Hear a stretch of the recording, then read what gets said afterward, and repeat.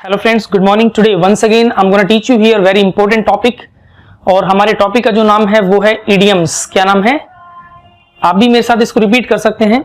यहां पर एक वर्ड लिखा है idioms and phrases of common use. Idioms and phrases of common use. तो दोस्तों, इडियम्स का मतलब होता है मुहावरे। और जैसे कि आपने स्कूल में पढ़े होंगे बहुत सारे मुहावरे जिसके हमें मार्क्स मिलते थे, लेकिन वो मुहावरे केवल स्कूल तक ही सीमित थे। या फिर मुहावरे कौन ज्यादा यूज करते हैं? हमारे घर में जितने भी बुजुर्ग लोग हैं, आप 5, 10, 15, 20 मिनट उनके पास आज भी बैठ जाओ, 15 मिनट में वो एक मुहावरा आपके सामने जरूर यूज कर देंगे। जैसे तो नाच न जाने आंगन टेढ़ा, ये भी मुहावरे एक प्रकार से। 9 2 11 होना, मुंह में राम बगल में छुरी, बंदर क्या जाने अदरक का स्वाद।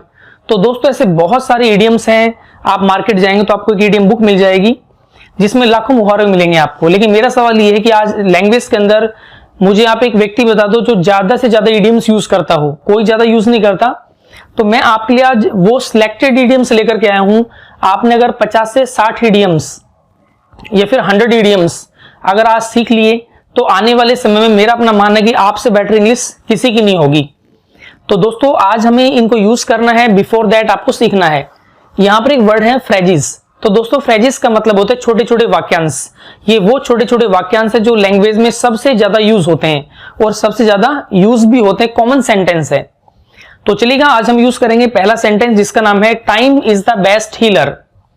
दोस्तों, मैं थोड़ा समय लूंगा सिखाते समय, क्योंकि मेरा मकसद आपको परमानेंट सिखाना है बजाय कि शॉर्ट टर्म के लिए।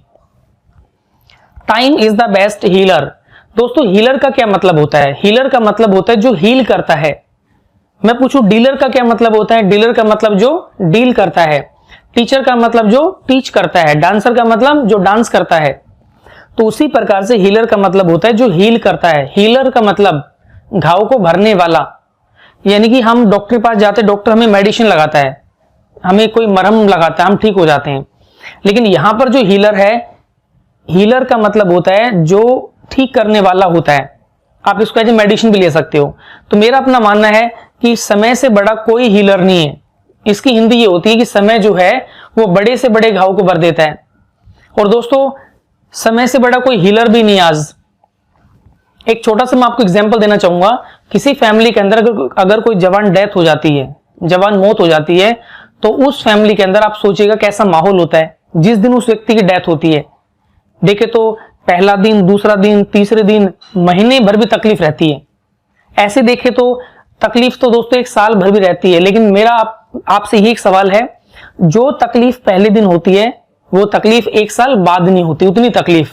अब देखे तो उस फैमिली का जो इतना बड़ा दर्द है वो किसने भरा है? वो समय ने भरा है। तो यानी कि समय से बड़ा कोई हीलर नहीं होता। Time is the best healer. कोई बच्चा क्लास में फेल हो जाता है, पहले दिन कितना रोता है वो, दूसरे दिन परेशान रहता है, पता नहीं उसको कितने टोंट कसने वाले लोग मिल जाते हैं। लेकिन कुछ समय के बाद में वो भी अपने दिमाग से निकाल देते हैं, फेल हो गया कोई बात नहीं, अब मुझे जीवन में आगे बढ़ना चाहिए। तो दोस्तों, समय से बड़ा कोई हीलर नहीं है। Time is the best healer. चलिए, सो नेक्स्ट हमारा है a blessing in disguise. Blessing का मतलब आशीर्वाद होते हैं। और दोस्तों, इन डिसगाइज का मतलब होता है कोई भी चीज अगर छिपी हुई होती है। जैसे आप मेरे पास एक मार्कर देख रहे हैं, देखे तो इस मार्कर में वी आर श्योर इसमें इंक है, और इंक आपको नजर नहीं आ रही बिकॉज इंक इसके अंदर छिपी हुई है, यानी कि हिडन है वो। हमारे मोबाइल के अंदर एक सिम कार्ड भी होता है। सिम कार्ड नजर भी नहीं आता लेकिन वो उसमें होता है, बट दैट इज हिडन, वो छिपा हुआ होता है। तो फ्रेंड्स, इस लाइन का मतलब होता है बुराई में भी भलाई छिपी होती है, बुराई में भी अच्छाई छिपी होती है, लेकिन वो एक समय के बाद समझ में आती है।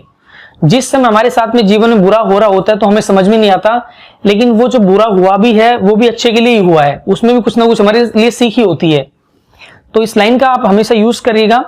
आप किसी व्यक्ति को एक होप दे सकते हो कि आप ब्लेसिंग इन डिसगाइज, बुराई में भी अच्छाई छिपी होती है। चलिए, तीसरा हमारा सेंटेंस है have a well of time. अच्छी इंग्लिश बोलने वाले इसको बहुत ज्यादा यूज करते हैं।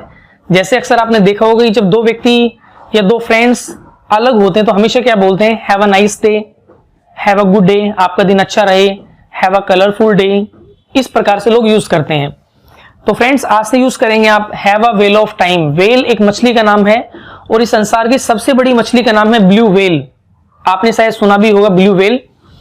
और आपको किसी वर्ड को पकड़कर नहीं बैठना, मैं आपको बताना चाहूंगा ये सारे मुहावरे हैं, स्पेलिंग कुछ और होगी, सेंस आपके अकॉर्डिंग कुछ और निकल करके आएगी, बट ये इडियम्स है, जैसा मैं पढ़ा रहा हूं वैसा आप इसको सीखते जाएं। तो have a well of time का मतलब है आपका ज्यादा से ज्यादा समय अच्छा बीते, ऐसी भगवान से मैं कामना करता हूं। नेक्स्ट हमारा है इट्स अ कैच 22 सिचुएशन। जब दो चीजें एक दूसरे पर 100% डिपेंडेंट होती है, दो चीजें जब एक दूसरे पर 100% डिपेंडेंट होती है तो वहां पर सिचुएशन हो जाती है 22। जैसे आप मुझे एक बात बताइएगा, धरती पर पहले बारिश हुई या पानी आया? अब इसकी जो खोज है सही मायने में वैज्ञानिक लोग भी नहीं कर पा रहे कि धरती पर पहले पानी आया या बारिश हुई। आप सोचेगा बारिश आई होगी तभी पानी नीचे गया होगा धरती में, यानी कि दोनों चीजें एक दूसरे पर डिपेंडेंट है। It's a catch 22 situation. या फिर हम बोल सकते हैं कोई पूछे आपसे धरती पर जितनी भी मुर्गियां हैं, मतलब मुर्गी पहले आई कि अंडा पहले आया, मुर्गी पहले आई कि अंडा आया, तो देखे तो मुर्गी से ही अंडा है, अंडे से ही मुर्गी, यानी कि सिचुएशन आज भी एक दूसरे पर डिपेंडेंट है। तो हम बोल सकते हैं इट्स अ कैच 22 सिचुएशन। एक छोटी सी बात मैं जरूर शेयर करना चाहूंगा आपसे दोस्तों, जीवन में जब आप पहली बार जॉब के लिए जाएंगे, फर्स्ट टाइम आप जॉब के लिए इंटरव्यू देने जाएंगे, तो क्या आपका फर्स्ट टाइम में सिलेक्शन हो जाता है? क्या पहली बार आप जाते तो आपसे क्या मांगते हैं? वो आपसे एक्सपीरियंस मांगते हैं। और एक्सपीरियंस कब मिलेगा आपको? जब आप कहीं ना कहीं जाकर के नौकरी करेंगे। यानी कि there is no experience without job and there is no job without experience, both are dependent on each other. दोनों एक दूसरे पर डिपेंडेंट है आज भी। चलिए लास्ट हमारा है आज का मतलब नंबर 5 है he is hard nut to crack. किसी भी इंसान को जब समझाना बहुत मुश्किल काम हो जाता है, बहुत टेढ़ी खीर हो जाती है, तो इंग्लिश में बोलेंगे he is hard nut to crack. यानी कि एक फैमिली में दो ब्रदर होते हैं और छोटे वाले को खूब समझा ले, बेटा तू ये गलत काम मत क्या कर, लेकिन समझा कर घर वाले परेशान हो गए, वो समझने के लिए तैयारी नहीं है। तो फिर फैमिली क्या बोलती है उसके लिए? ये तो क्रैक हो लिया, यानी कि he is hard nut to crack हम बोल सकते हैं। सो फ्रेंड्स, हमारा नंबर 6 पॉइंट है जिसका नाम है before saying anything give it a second thought. Before saying, before का मतलब होता है पहले और सेइंग का मतलब होता है कहना, यानी कि कुछ भी कहने से पहले एक इंसान को दो बार सोच लेना चाहिए कि मैं कह क्या रहा हूं। अगर आपके बारे में कोई इंसान कुछ गलत बोले तो आप उसको क्या रिप्लाई कर सकते हैं? आप उसको कह सकते हैं कि भैया कुछ भी कहने से पहले आपको दो बार अवश्य सोच लेना चाहिए। Before saying anything give it a second thought. Number 7 है ही डिडंट फर्स्ट गो। दोस्तों कोई भी काम जिंदगी में आपने अगर पहले झटके में कर दिया ना कोई भी काम, तो आप इंग्लिश में कह सकते हैं डिडंट फर्स्ट गो। जैसे आपका दोस्त है और उसने पहले झटके में 10th पास कर ली, तो आप उसके लिए क्या बोल सकते हैं? He didn't first go. कोई दोस्त है आपका, उसने फर्स्ट टाइम में ही पीएमटी का टेस्ट क्लियर कर लिया, तो हम उसके लिए बोल सकते हैं ही डिडंट फर्स्ट गो, यानी he cleared the PMT test in first go. कोई भी काम सेकंड बार में करना बोलते हैं सेकंड गो, तीसरी बार में करना थर्ड गो, चौथी बार में करना फोर्थ गो। इसी प्रकार से बोलते जा सकते हैं। जैसे मेरे पापा ने दूसरी बार में 10th पास की, आप अपने लिए बोल सकते हो I didn't first go. Father की बात करें ही डिडंट सेकंड गो।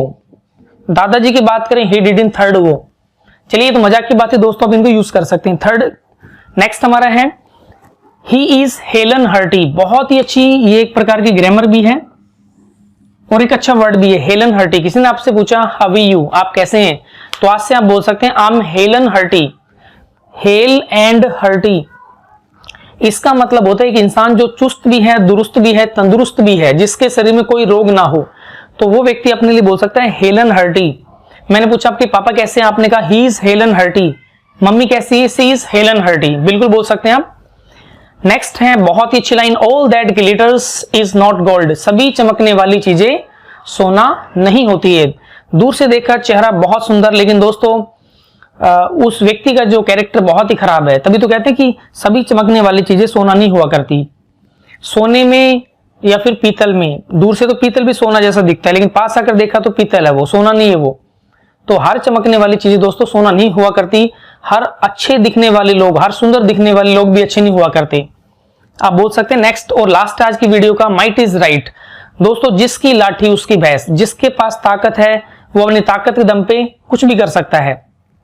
आपने शायद सुना भी होगा, पैसे वाले लोग ऐब करते हैं तो लोग उनको शौक कहते हैं, गरीब आदमी करता है तो उसको शौक नहीं कहते बल्कि उसको ऐब कहते हैं। सलमान खान सिगरेट पिए तो लोग कहते हैं वाह व्हाट अ स्टाइल, और गांव में अगर कोई व्यक्ति पीता है तो उसको लोग पता नहीं क्या क्या बोलते हैं। तो what I mean to say that, जिसके पास ताकत है, जिसके पास पैसा है, लोग उसको बुरा भला नहीं बोलते हैं। यानी कहने का क्या मतलब है, माइट इज राइट, पैसे वाले बोलते हैं वो सब सही होता है, वो गलत नहीं होता। तो दोस्तों ये सारी इडियम से अभी हम नेक्स्ट पार्ट के साथ फिर मिलेंगे आपसे, और चैनल को जरूर सब्सक्राइब करें आप, बिकॉज अभी जितने भी नेक्स्ट इडियम्स आने वाले हैं बहुत ही सिलेक्टेड इडियम्स होंगे जो आपकी हेल्प करेंगे इंग्लिश सीखने में। सो मिलते हैं नेक्स्ट वीडियो के साथ। Thank you so much.